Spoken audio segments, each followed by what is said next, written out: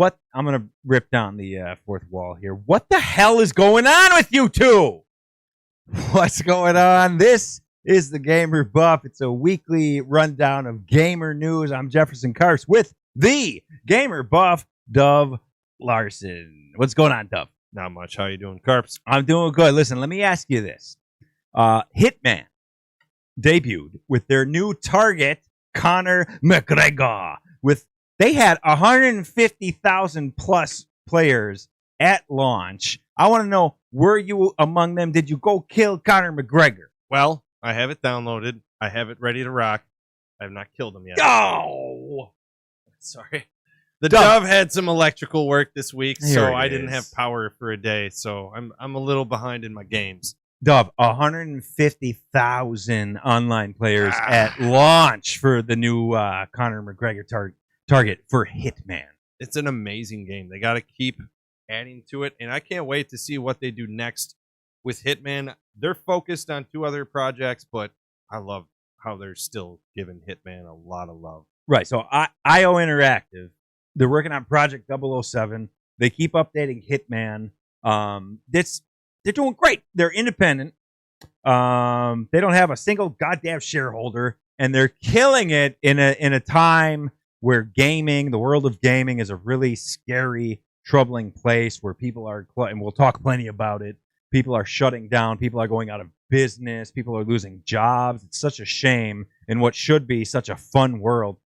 So IO Interactive is killing it as an independent. Hitman is just becoming legendary. It's so huge. They're getting people like Conor McGregor as targets. And, hundreds of thousands of people are logging on to go kill this dude as Hitman. Is so great. It's really refreshing to see that. And Project 007, the new James Bond thing that they're working on, is going to be great. Oh, it's going to be great. And looking at a discussion with some of the members at IO Interactive, I mean, they feel for all the industry, but they were talking how important it is to focus on just a couple projects. And just as importantly, you got to pick the people who are going to be passionate and right for the right job. Like, you select people who fit instead of trying to select the person to just do what you want. You know what I mean? Like, right. I know what you mean. So IOI, they keep expanding, but they do it with the right people in the right place. Exactly. Like, if you're not passionate about what we're trying to do about this project, like, you could be great, you could be a terrific developer, but if this isn't your thing, like, they're not going to hire you just because of what you've done in the past. Like, you have to fit what they're trying to do, and it's working for them. And then they expanded. When they expand, they're opening new branches all over the world, but they're doing it in basically the same time zone. This is important to them so that they can all have a conference call at the same time. There's no one in Japan and America, right, in the middle of the night trying to, hook up this conference call and talk about what we're going to do for this project. They're doing everything right. It's really great to see in a troubling time for gaming publishers and developers. Very strategic, and they're doing really well. I hope we see a lot more from them.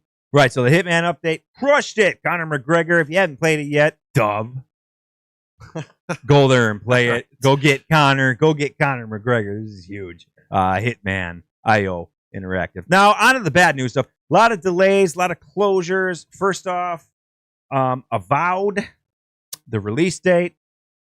Sorry to say, it's been delayed. Yeah, and unfortunately in this instance, it looks more like it's kind of a product of marketing as opposed to the game not being in a good state. Reports are that the game is in a good development state, and they're just going to be releasing the new Call of Duty Black Ops 6 this fall on Xbox Live Pass. So they're going to push the Avowed back. They don't want both of them to come out at the same time. That's what they're saying. I don't own that Game Pass. I just want the fucking game. So I'm not really happy about it. But if it gives Obsidian a little more time to work on the game and come out with a better product, I'm all for that. But it just, to me, sounds like Microsoft's trying to squeeze every penny out of their subscribers. Could be. I mean, if this is as simple as, listen, Call of Duty, the new Call of Duty is coming out at the same time for Xbox, the Game Pass, Avowed, let's back that up. We don't want them out at the same time. That makes sense. And hopefully that's all it is. That's probably all it is. I hope that's all it is. I mean, yeah, you don't want your numbers to go down because everyone's playing the new game. So it is smart by that regard. But as someone like myself who doesn't play the Call of Duty franchise all that often, and I am a huge Obsidian fan, I'm a little disappointed, but I'll wait. So that one we can understand. This one I really can't understand. Dove. Paradox Interactive working on Prison Architect 2. Yeah. That release has been delayed indefinitely, and I don't really see a reason behind it. And with their track record, we might not ever see this game. Yeah, they've shut down studios in the past who are right next to releasing games just because their bottom line isn't doing well. And unfortunately for Paradox, they were down 90% in Q2, which for a company that's very, very numbers focused, that's not good. It's not sustainable. It's no. What? You can have down years and down quarters, but yeah, that's not looking good. And that this is disappointing. I was looking forward to it. I enjoyed the first Prison Architect game, and moving it into the 3D world. I just thought it was going to be a lot of fun. So this is a disappointment for sure. Huge disappointment. If I had to put money on it, I don't think we'll ever see a Prison Architect 2. I don't think we will. I'll start playing the old one then again. No, you're gonna have to. Yep. Last piece of bad news here. And this one, I know this one hurts you. I know you're a loyal reader, have been probably most of your life, as a lot of gamers have been. Game Informer has been shut down by GameStop. It's done. There is no more Game Informer. Yeah. After 33 years, man, I can't believe they're shutting it down after so long. But GameStop isn't in a perfect place. And, you know, like they're trying to survive, to put it lightly. I mean, GameStop, they're just a goddamn like stock meme. That's all they've become. I mean, yeah. And I don't know what they're doing. They're selling physical games, not as many as they used to. Hell no. It's a lot of just toys and like hardware now, but they used to just sell games. GameStop. They're trying to be a physical gamer shop in a digital world, and it is not working. Not at all. But, you know, Game Informer, nobody's going out and buying Game Informer magazine. It is a digital platform. Yeah, and they shut it down anyway. From it all the time, Jeff. It's reliable. It's, you know, they do some good articles. It's really unfortunate. It hurts a lot of people. Yeah, a lot of people, and like, you know, a lot of people are hurt because there is not going to be any more Game Informer, but a lot of people lost their jobs. That's the most important part. Yeah, a lot of like knowledgeable, quality writers and knowledgeable about games. They're in the world. They know what they're doing. They're bringing great content. It's a lot less than it used to be because they've been, you know, downsizing like the rest of the world over the years. But you know, what do you people want? A bunch of robots? Huh? You want a bunch of robots not getting any money writing about games? Is that what GameStop is aiming for? GameStop, who's supposed to be like the one place that represents like 90s, early 2000s gaming, where you go to a shop and you rent a game or you buy a game, and they're shutting down Game Informer after 33 goddamn years. Jeff the Vein. I'm aware of the vein, but I've just had it. I've had it. You're not the only one. It was a great source of news. I'm gonna miss it. It's just the worst. And everything's shutting down. We're losing not only developers and publishers, but now we're losing like the news that tell us about those shutting fucking down. So how are we gonna know? We'll have to. Fuck, it sucks. We're gonna be shut down next. Trying to bring the little Gamer Buff news podcast. This is ridiculous. It's video games. What happened? Money happened. Lots and lots of money happened. What? Like, did you ever think like, oh boy, those people making Super Double Dragon. Those people are really struggling. Like, what the hell, man? What happened? What happened? Why is everything such a struggle? I think Dove. it's just too many companies are overbuying, and maybe they're just putting too much in the production of games. I don't have the exact answer, but unfortunately, I think it's, I don't want to sound like a hippie, but maybe it's corporate greed, and I think that's a lot of it. They buy these companies, they get the IP. Once they have the IP, they get rid of the developers and the teams that are behind them, and they take advantage of things that way. I think that's a lot of it. I think it's just trying to get corners of a market instead of working on art, and that's what it started as. Like, hey, see what we can do. We have this cool game, and people would just give you their own interpretations of an art medium, and now it's just turned into how much money you can make. It got too big. It's all about money. It's all about who's making a great game. Let me buy that. Let me fire everyone. I own the rights to it. Yes. Whatever. Last piece of news here.